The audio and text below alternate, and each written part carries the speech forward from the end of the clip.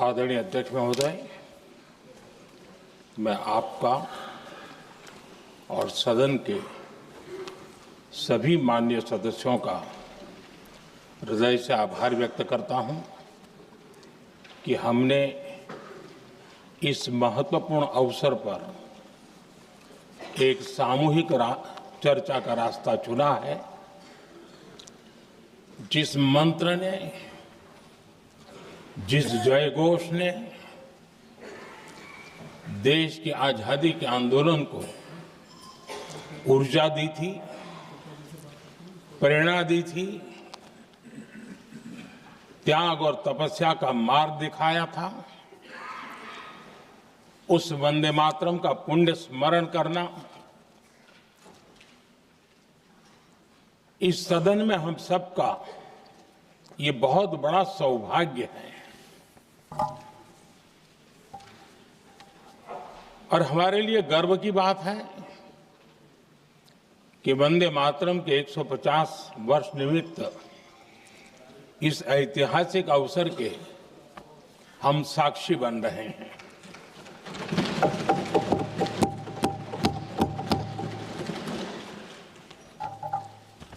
एक ऐसा कालखंड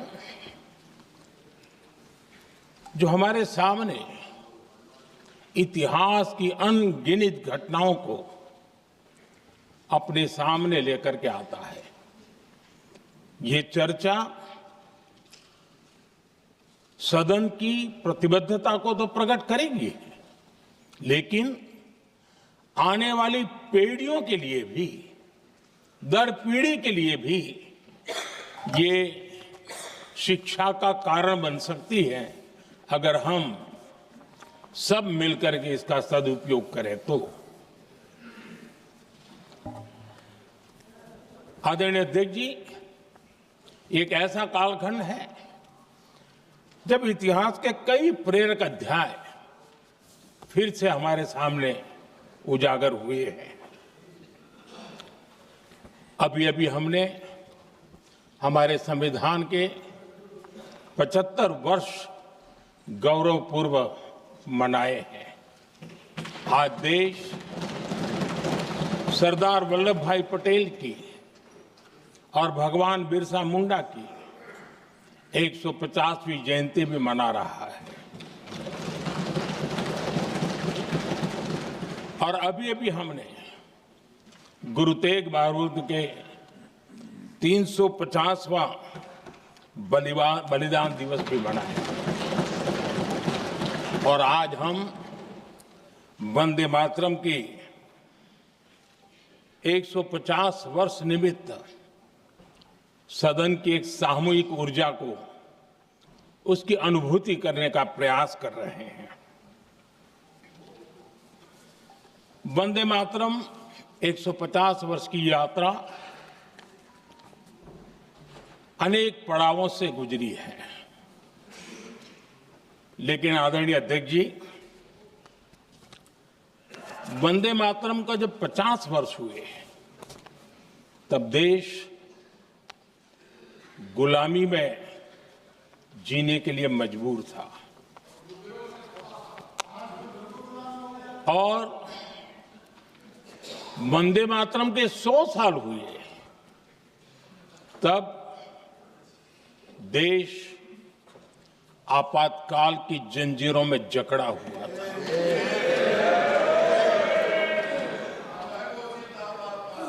जब वंदे मातरम 100 साल के अत्यंत उत्तम पर्व था, तब भारत के संविधान का गला घोंट दिया गया था। जब वंदे मातरम 100 साल का हुआ, तब देशभक्ति के लिए जीने मरने वाले लोगों को जेल के सलाखों के पीछे बंद कर दिया गया था। जिस वंदे मातरम के गीत ने देश को आजादी की ऊर्जा दी थी, उसके जब 100 साल हुए तो दुर्भाग्य से एक काला कालखंड हमारे इतिहास में उजागर हो गया।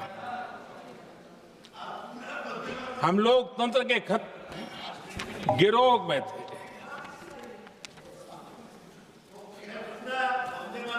आदरणीय अध्यक्ष जी, 150 वर्ष उस महान अध्याय को, उस गौरव को पुनः स्थापित करने का अवसर है और मैं मानता हूं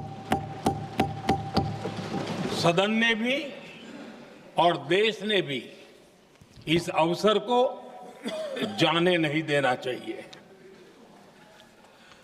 यही वंदे मातरम है जिसने 1947 में देश को आजादी दिलाई। स्वतंत्रता संग्राम का भावात्मक नेतृत्व इस वंदे मातरम के जयघोष में था। आदरणीय अध्यक्ष जी, आपके समक्ष आज जब मैं वंदे मातरम 150 निमित्त चर्चा के लिए आरंभ करने खड़ा हुआ हूं, यहां कोई पक्ष प्रतिपक्ष नहीं है, क्योंकि हम सब यहां जो बैठे हैं एक्चुअली हमारे लिए रण स्वीकार करने का अवसर है कि जिस वंदे मातरम के कारण लक्षावधि लोग आजादी का आंदोलन चला रहे थे और उसी का परिणाम है कि आज हम सब यहां बैठे हैं। और इसलिए हम सभी सांसदों के लिए, हम सभी जनप्रतिनिधियों के लिए वंदे मातरम के रण स्वीकार करने का ये पावन पर्व है।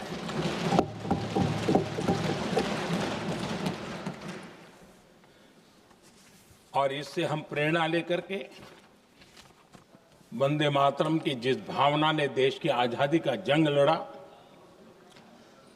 उत्तर दक्षिण पूर्व पश्चिम पूरा देश एक स्वर से वंदे मातरम बोल के आगे बढ़ा।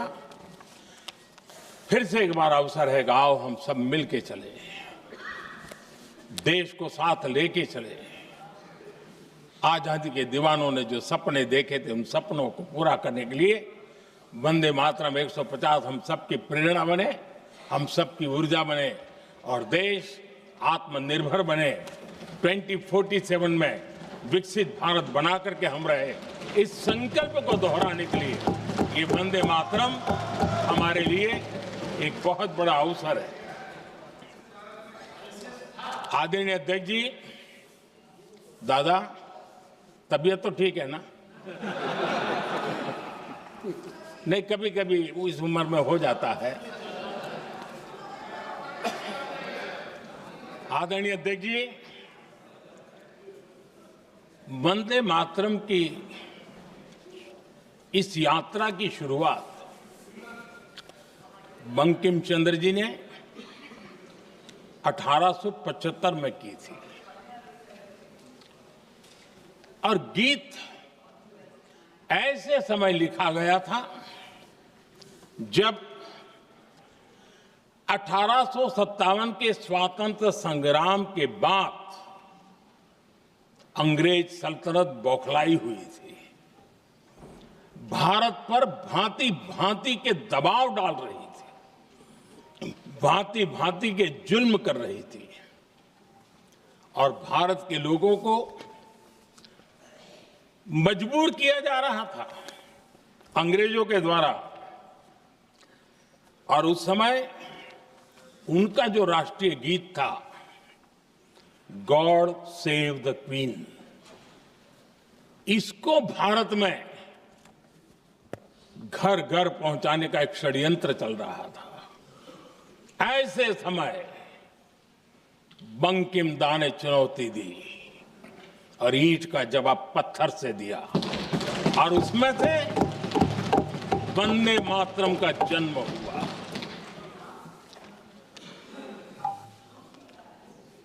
इसके कुछ वर्ष बाद 1882 में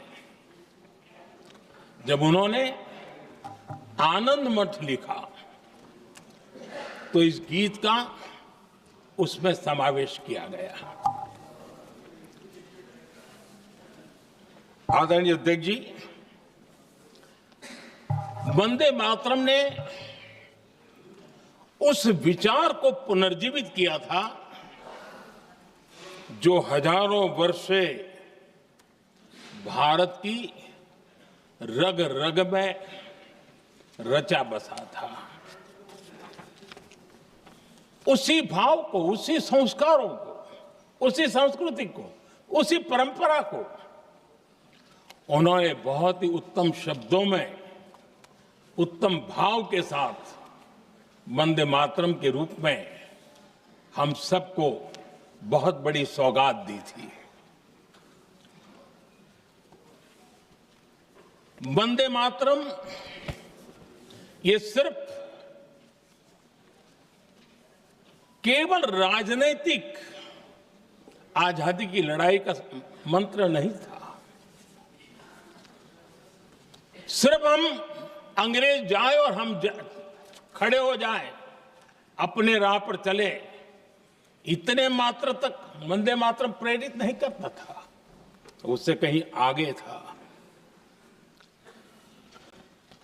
आजादी की लड़ाई इस मातृभूमि को मुक्त कराने का भी जंग था।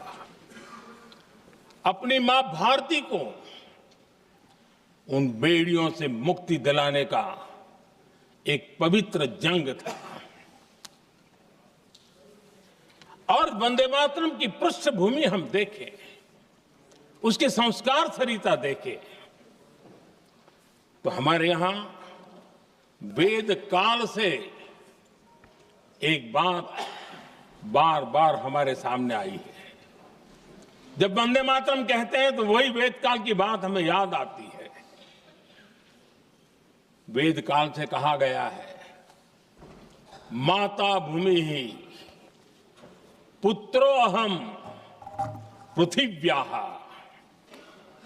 अर्थात ये भूमि मेरी माता है और मैं पृथ्वी का पुत्र हूं। आदरणीय अध्यक्ष जी, यही वो विचार है जिसको प्रभु श्री राम ने भी लंका के वैभव को छोड़ते हुए कहा था, जननी जन्मभूमिश्च स्वर्गादपि गरीयसी।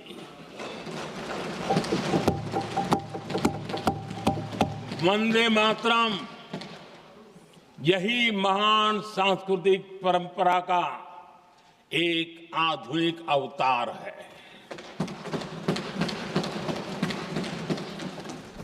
आदरणीय अध्यक्ष जी, बंकिम दा ने जब वंदे मातरम की रचना की तो स्वाभाविक ही वो स्वतंत्रता आंदोलन का स्वर बन गया। पूरब से पश्चिम, उत्तर से दक्षिण, वंदे मातरम हर भारतीय का संकल्प बन गया। इसलिए वंदे मातरम की स्तुति में लिखा गया था, मातृभूमि स्वतंत्रता की वेदिका पर मदोमय, मातृभूमि स्वतंत्रता की वेदिका पर मोदमय, स्वार्थ का बलिदान है यह शब्द है वंदे मातरम। है सजीवन मंत्र भी यह विश्व विजयी मंत्र भी, शक्ति का आह्वान है यह शब्द वंदे मातरम। उष्ण शोणित से लिखो, वक्षस्थली को चीरकर, वीर का अभिमान है यह शब्द वंदे मातरम। आदरणीय अध्यक्ष जी, कुछ दिन पूर्व जब वंदे मातरम 150 का आरंभ हो रहा था तो मैंने उस आयोजन में कहा था, वंदे मातरम हजारों वर्ष की सांस्कृतिक ऊर्जा भी थी, उसमें आजादी का जज्बा भी था और आजाद भारत का विजन भी था। अंग्रेजों के उस दौर में एक फैशन हो गई थी भारत को कमजोर, निकम्मा, आलसी, कर्महीन, इस प्रकार भारत को जितना नीचा दिखा सके ऐसी एक फैशन बन गई थी। और उसमें हमारे यहां भी जिन्होंने तैयार किए थे वो लोग भी वही भाषा बोलते थे। तब बंकिम दा ने उस हीन भावना को भी झकझोरने के लिए और सामर्थ्य का परिचय कराने के लिए वंदे मातरम के भारत के सामर्थ्यशाली स्वरूप को प्रकट करते हुए आपने लिखा था, तम ही दुर्गा दश प्रहरण धारिणी, कमला कमल दल विहारिणी, वाणी विद्या दायिनी, नमामि त्वाम नमामि कमलाम, अमलाम अतुलाम, सुजलाम सुफलाम, मातरम वंदे मातरम। अर्थात भारत माता ज्ञान और समृद्धि की देवी भी है और दुश्मनों के सामने अस्त्र शस्त्र धारण करने वाली चंडी भी है। अध्यक्ष जी, ये शब्द, ये भाव, ये प्रेरणा गुलामी की हताशा में हम भारतीयों को हौसला देने वाले थे। इन वाक्यों ने तब करोड़ों देशवासियों को यह एहसास कराया कि लड़ाई किसी जमीन के टुकड़े के लिए नहीं है। ये लड़ाई सिर्फ सत्ता के सिंहासन को कब्जा करने के लिए नहीं है। ये गुलामी की बेड़ियों को मुक्त कर हजारों साल की महान जो परंपराएं थी, महान संस्कृति, जो गौरवपूर्ण इतिहास था, उसको फिर से पुनर्जन्म कराने का संकल्प इसमें था।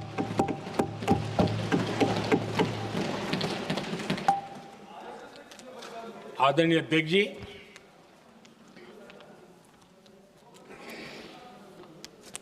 वंदे मातरम,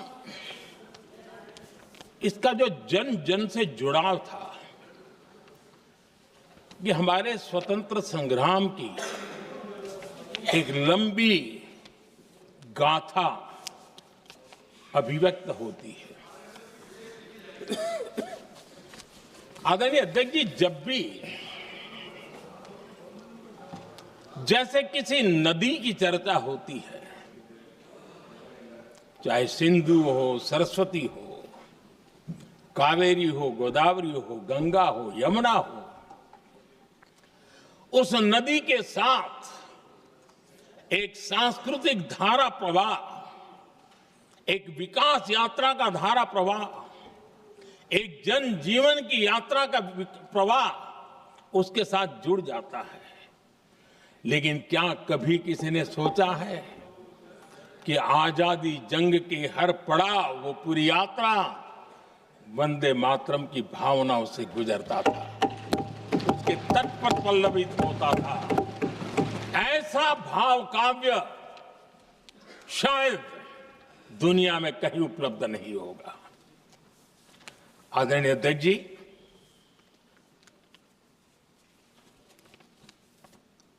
अंग्रेज समझ चुके थे कि 1857 के बाद लंबे समय तक भारत में टिकना उनके लिए मुश्किल लग रहा था। और जिस प्रकार से वो अपने सपने लेकर के आए थे, तब उनको लगा कि जब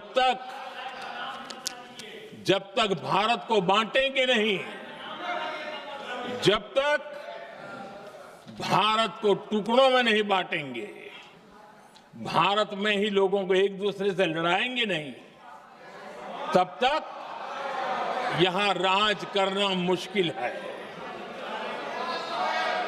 और अंग्रेजों ने बांटो और राज करो इस रास्ते को चुना और उन्होंने बंगाल को इसकी प्रयोगशाला बनाया,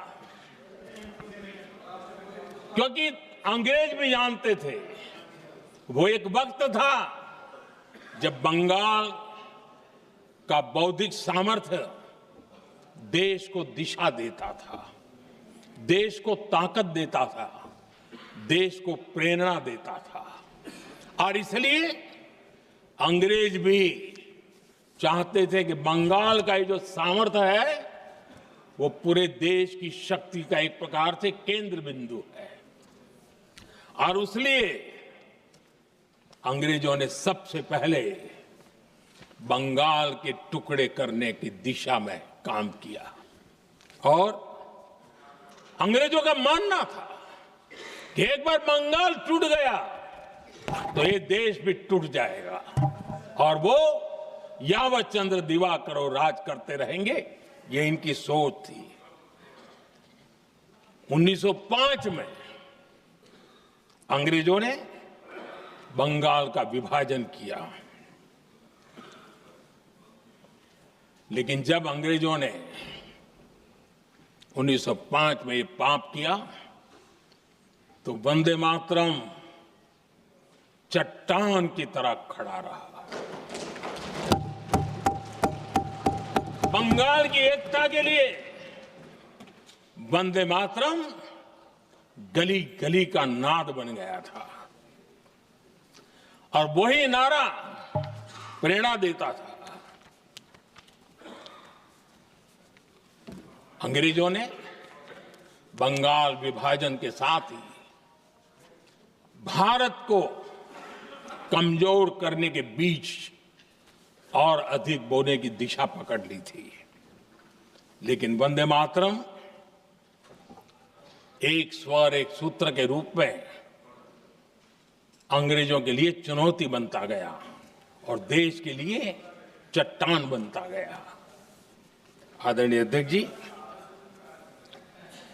बंगाल का विभाजन तो हुआ, लेकिन एक बहुत बड़ा स्वदेशी आंदोलन खड़ा हुआ और तब वंदे मातरम हर तरफ गूंज रहा था। अंग्रेज समझ गए थे कि बंगाल की धरती से निकला बंकिम दा का ये भाव सूत्र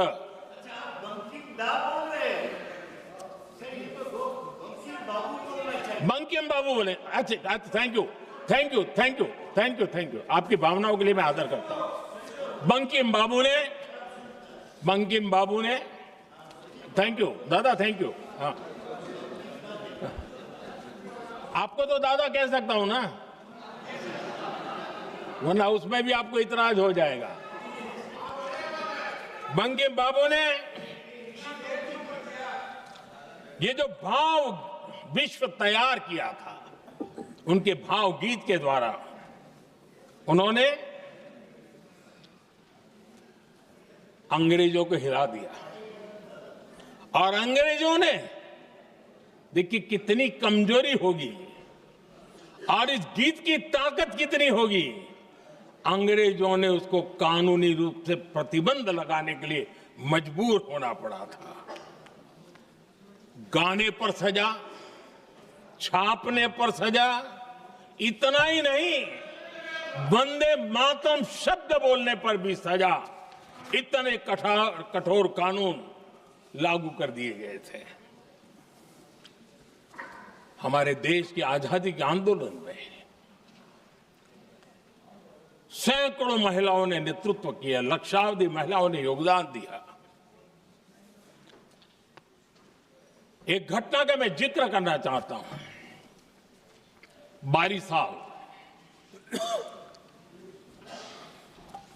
साल में वंदे मातरम गाने पर सर्वाधिक जुल्म हुए थे। वो बारिशाल आज भारत का हिस्सा नहीं रहा है और उस समय बारिशाल की हमारी माताएं, बहनें, बच्चे मैदान में उतरी थी वंदे मातरम के स्वाभिमान के लिए। इस प्रतिबंध के विरोध में लड़ाई के मैदान में उतरी थी और तब बारिशाल की एक वीरांगना श्रीमती सरोजिनी बोस, जिन्होंने उस जमाने में वहां की भावना को देखिए और उन्होंने कहा था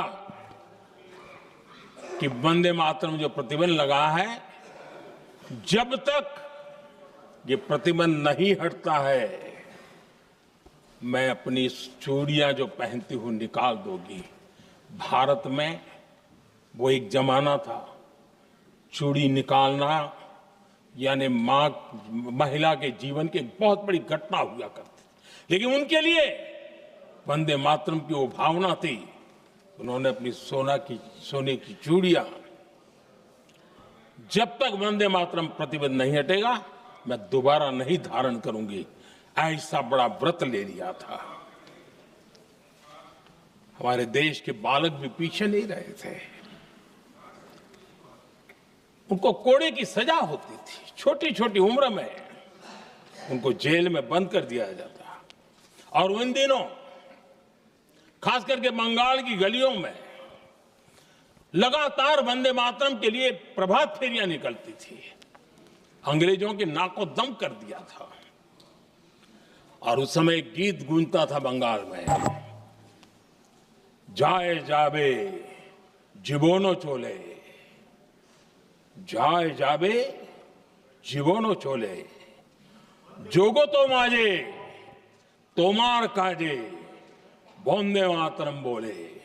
अर्थात हे मां, संसार में तुम्हारा काम करते और वंदे मातरम कहते जीवन भी चला जाए तो वो जीवन भी धन्य है। ये बंगाल की गलियों में बच्चे कह रहे हैं। ये गीत उन बच्चों की हिम्मत का स्वर था और उन बच्चों की हिम्मत ने देश को हिम्मत दी थी। बंगाल की गलियों से निकली आवाज देश की आवाज बन गई थी।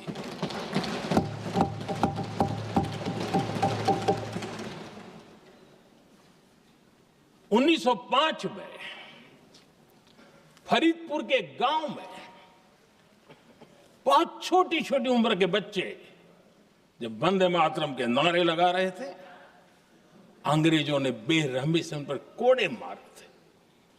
यानी एक प्रकार से जीवन और मृत्यु के बीच लड़ाई लड़ने के लिए मजबूर कर दिया था। इतना अत्याचार हुआ था।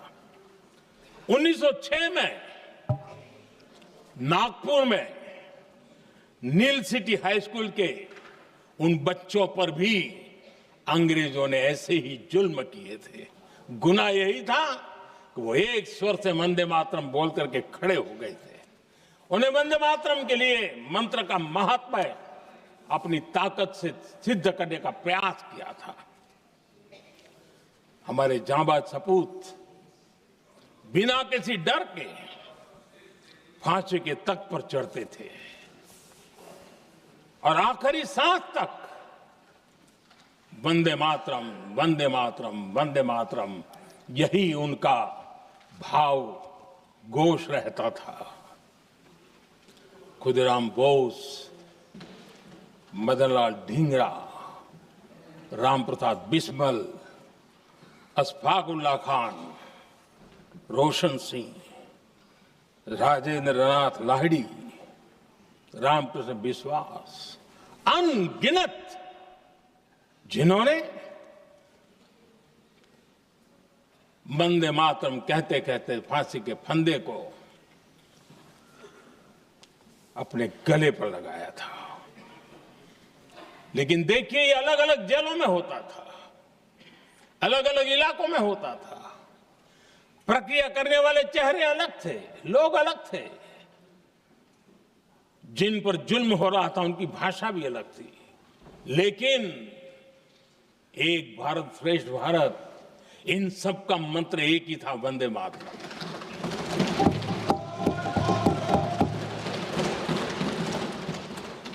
चटगांव की स्वराज क्रांति, जिन युवाओं ने अंग्रेजों को चुनौती दी, वे भी इतिहास के चमकते हुए नाम है। हरगोपाल बाग, पुलिन विकास घोष, त्रिपुर सेन, इन सब ने देश के लिए अपना बलिदान दिया। मास्टर सूर्यसेन को 1934 में जब फांसी दी गई, तब उन्होंने अपने साथियों को एक पत्र लिखा और पत्र में एक ही शब्द की गूंज थी और वो शब्द था वंदे मातरम।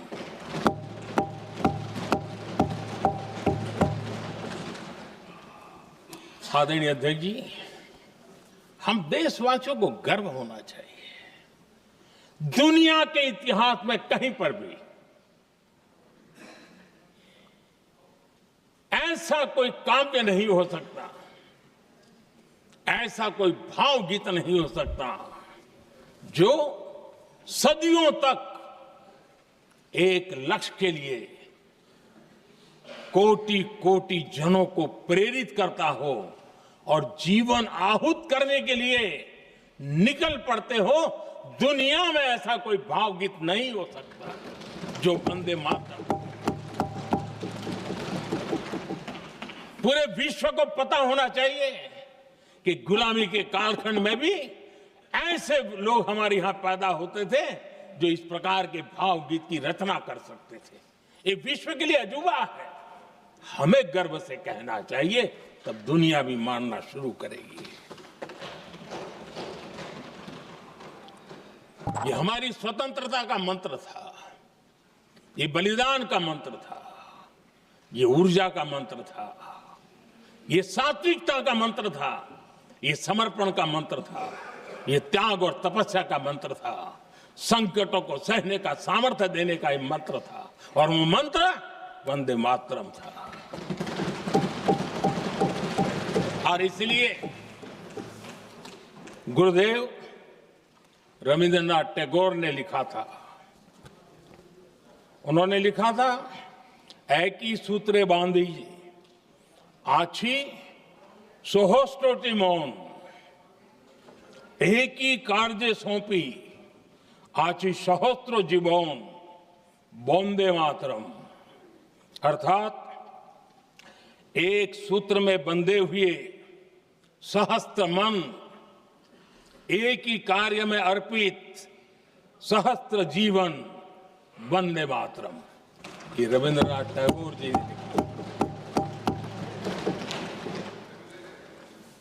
आदरणीय अध्यक्ष जी, उसी कालखंड में वंदे मातरम की रिकॉर्डिंग दुनिया के अलग अलग भागों में पहुंची और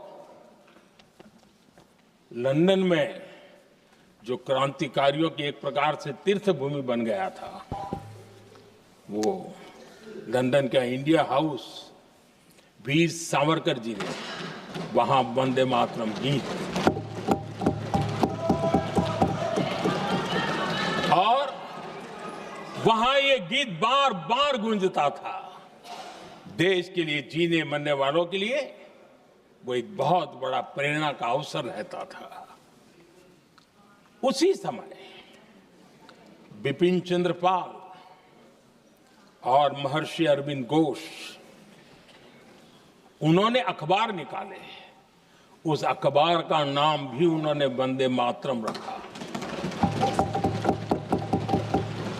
यानी डगर डगर पर अंग्रेजों की नींद हराम करने के लिए वंदे मातरम काफी हो जाता था और इसलिए उन्होंने इस नाम रखा। अंग्रेजों ने अखबारों पर रोक लगा दी तो मैडम भिकाजी कामा ने पेरिस में एक अखबार निकाला और उसका नाम उन्होंने वंदे मातरम रखा। आदरणीय अध्यक्ष जी, वंदे मातरम ने भारत को स्वावलंबन का रास्ता भी दिखाया। उस समय माचिस की डिबिया, मैच बॉक्स, वहां से लेकर के बड़े बड़े शिप, उस पर भी वंदे मातरम लिखने की परंपरा बनी और बाहरी कंपनियों को चुनौती देने का एक माध्यम बन गया, स्वदेशी का एक मंत्र बन गया। आजादी का मंत्र स्वदेशी के मंत्र की तरफ विस्तार होता गया। आदरणीय अध्यक्ष जी, मैं एक और घटना का जिक्र भी करना चाहता हूं। 1907 में जब वीओ चिदम्बरम पिल्लाई उन्होंने स्वदेशी कंपनी का जहाज बना तो उस पर भी लिखा था वंदे मातरम।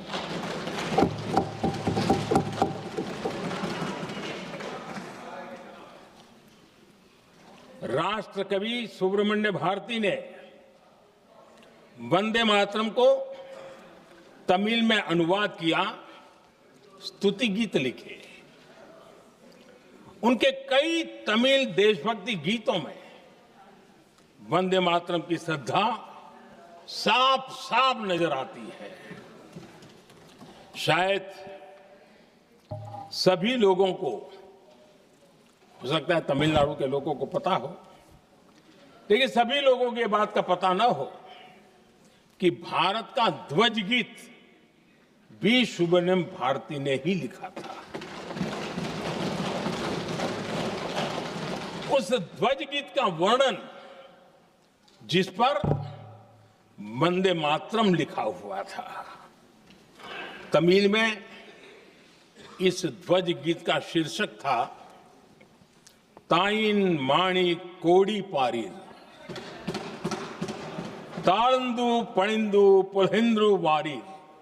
अर्थात देश प्रेमियों, दर्शन कर लो, सविनय अभिनंदन कर लो, मेरी मां की दिव्य ध्वजा का वंदन कर लो।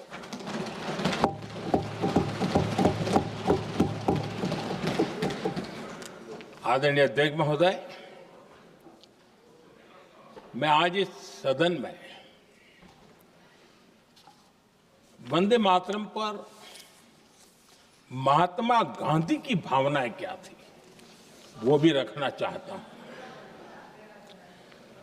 दक्षिण अफ्रीका से प्रकाशित एक साप्ताहिक पत्रिका निकलती थी, इंडियन ओपिनियन, और इस इंडियन ओपिनियन में महात्मा गांधी ने 2 दिसंबर 1905 जो लिखा था उसको मैं कोट कर रहा हूं। उन्होंने लिखा था, महात्मा गांधी ने लिखा था, गीत वंदे मातरम जिसे बंकिम चंद्र ने रचा है, पूरे बंगाल में अत्यंत लोकप्रिय हो गया है। स्वदेशी आंदोलन के दौरान बंगाल में विशाल सभाएं हुई जहां लाखों लोग इकट्ठा हुए और बंकिम का यह गीत गाया। गांधी जी आगे लिखते हैं, ये बहुत महत्वपूर्ण है। वो लिखते हैं, ये 1905 की बात है। उन्होंने लिखा, यह गीत इतना लोकप्रिय हो गया है जैसे ये हमारा नेशनल एंथम बन गया है।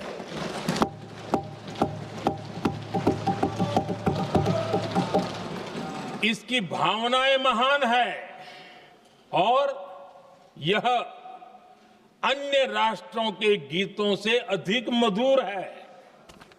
इसका एकमात्र उद्देश्य हम में देशभक्ति की भावना जगाना है। यह भारत को मां के रूप में देखता है और उसकी स्तुति करता है। अध्यक्ष जी,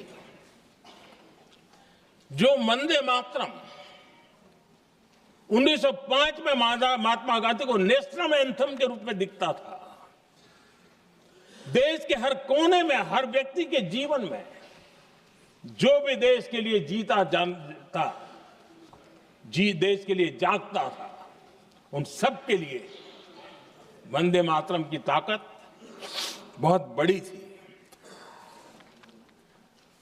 वंदे मातरम इतना महान था, जिसकी भावना इतनी महान थी, तो फिर पिछली सदी में इसके साथ इतना बड़ा अन्याय क्यों हुआ?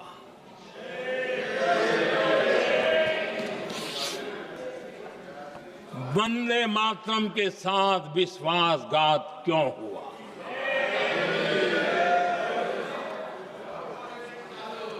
ये अन्याय क्यों हुआ?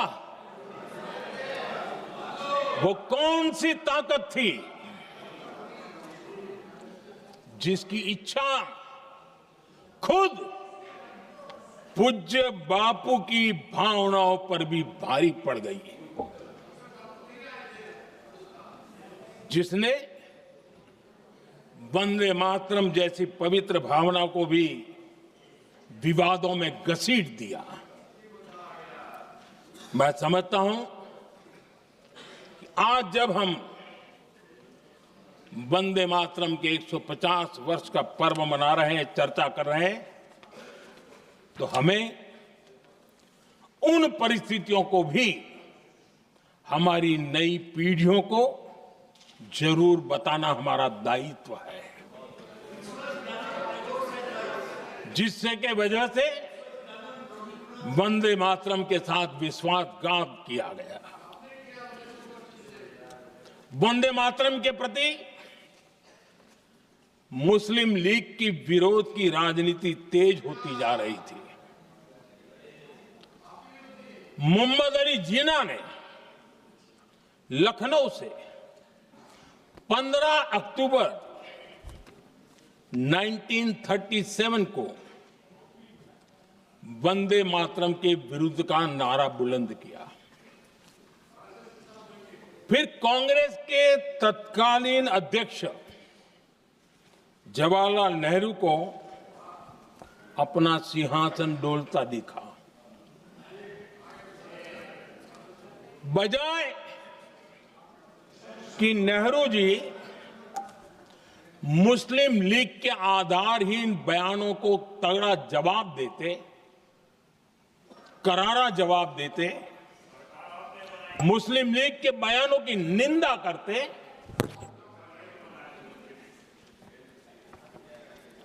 और वंदे मातरम के प्रति खुद की भी और कांग्रेस पार्टी की भी निष्ठा को प्रकट करते,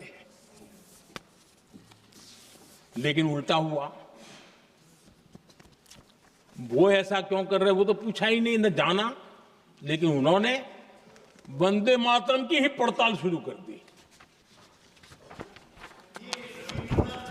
जिन्ना के विरोध के 5 दिन बाद ही 20 अक्टूबर को नेहरू जी ने नेताजी सुभाष बाबू को चिट्ठी लिखी। उस चिट्ठी में जिन्ना की भावना से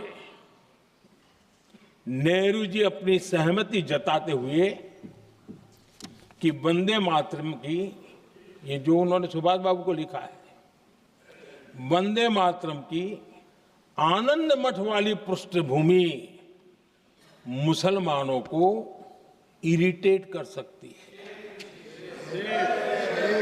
मैं नेहरू जी का कोट पढ़ता हूं। नेहरू जी कहते हैं, मैंने वंदे मातरम गीत का बैकग्राउंड पढ़ा है।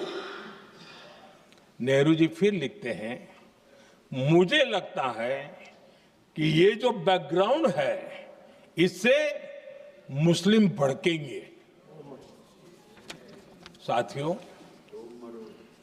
इसके बाद कांग्रेस की तरफ से बयान आया कि 26 अक्टूबर से कांग्रेस कार्य समिति की एक बैठक कोलकाता में होगी, जिसमें वंदे मातरम के उपयोग की समीक्षा की जाएगी। बंकिम बाबू का बंगाल, बंकिम बाबू का कोलकाता, और उसको चुना गया और वहां पर समीक्षा करना तय किया। पूरा देश हतप्रभ था, पूरा देश हैरान था। पूरे देश में देशभक्तों ने इस प्रस्ताव के विरोध में देश के कोने कोने में प्रभात फेरियां निकाली, वंदे मातरम गीत गाया। लेकिन देश का दुर्भाग्य कि 26 अक्टूबर को कांग्रेस ने वंदे मातरम पर समझौता कर लिया।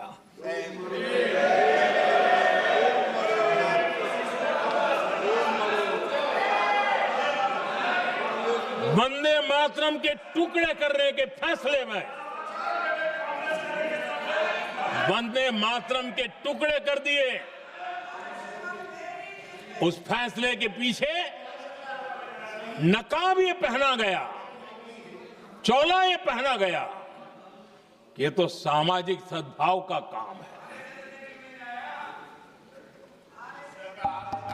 लेकिन इतिहास इस बात का गवाह है कि कांग्रेस ने मुस्लिम लीग के सामने घुटने टेक दिए और मुस्लिम लीग के दबाव में किया।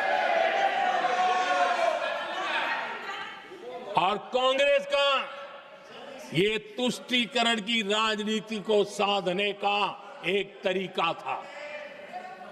आदरणीय अध्यक्ष जी, तुष्टीकरण की राजनीति के दबाव में कांग्रेस वंदे मातरम के बंटवारे के लिए झुकी। इसलिए कांग्रेस को एक दिन भारत के बंटवारे के लिए झुकना पड़ा।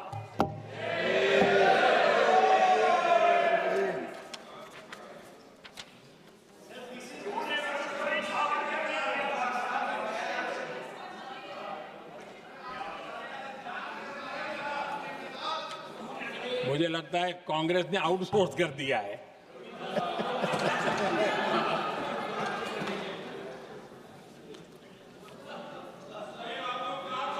दुर्भाग्य से कांग्रेस की नीतियां वैसी की वैसी थी है, और इतना ही नहीं, आईएनसी चलते चलते एमएमसी हो गया है।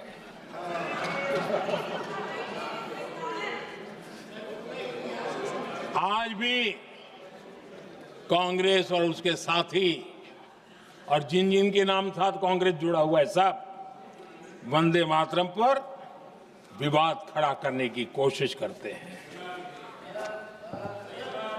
आदरणीय अध्यक्ष महोदय, किसी भी राष्ट्र का चरित्र, उसकी जीवटता, उसके अच्छे कालखंड से ज्यादा जब चुनौतियों का कालखंड होता है, जब संकटों का कालखंड होता है, तब प्रकट होती है, उजागर होती है और सच्चे अर्थ में कसौटी से कसी जाती है। जब कसौटी का काल आता है, तब ही ये सिद्ध होता है कि हम कितने दृढ़ हैं, कितने सशक्त हैं, कितने सामर्थ्यवान हैं। 1947 में देश आजाद होने के बाद देश की चुनौतियां बदली, देश की प्राथमिकताएं बदली, लेकिन देश का चरित्र, देश की जीवटता वही रही, वही प्रेरणा मिलती रही। भारत पर जब जब संकट आए, देश हर बार वंदे मातरम की भावना के साथ आगे बढ़ा।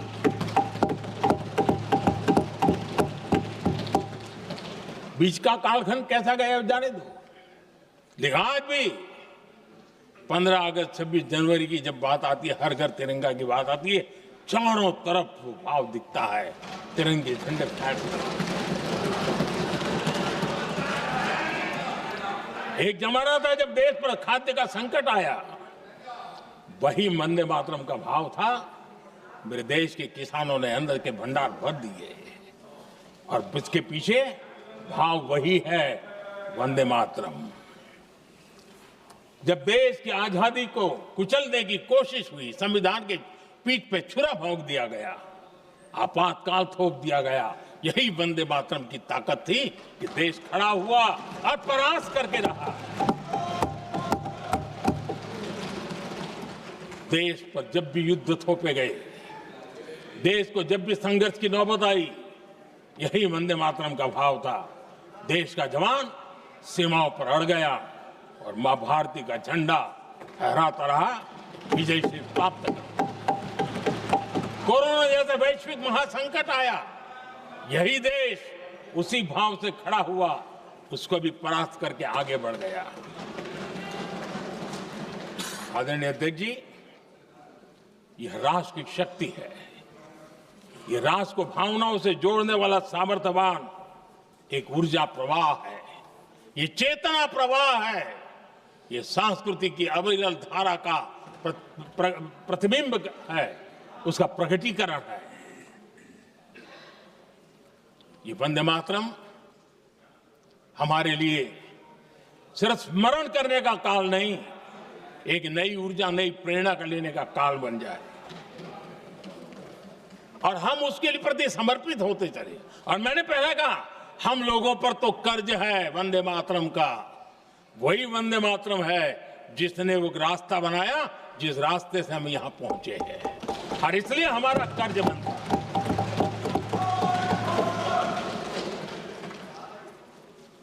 भारत हर चुनौतियों को पार करने में सामर्थ है। वंदे मातरम के भाव की वो ताकत है।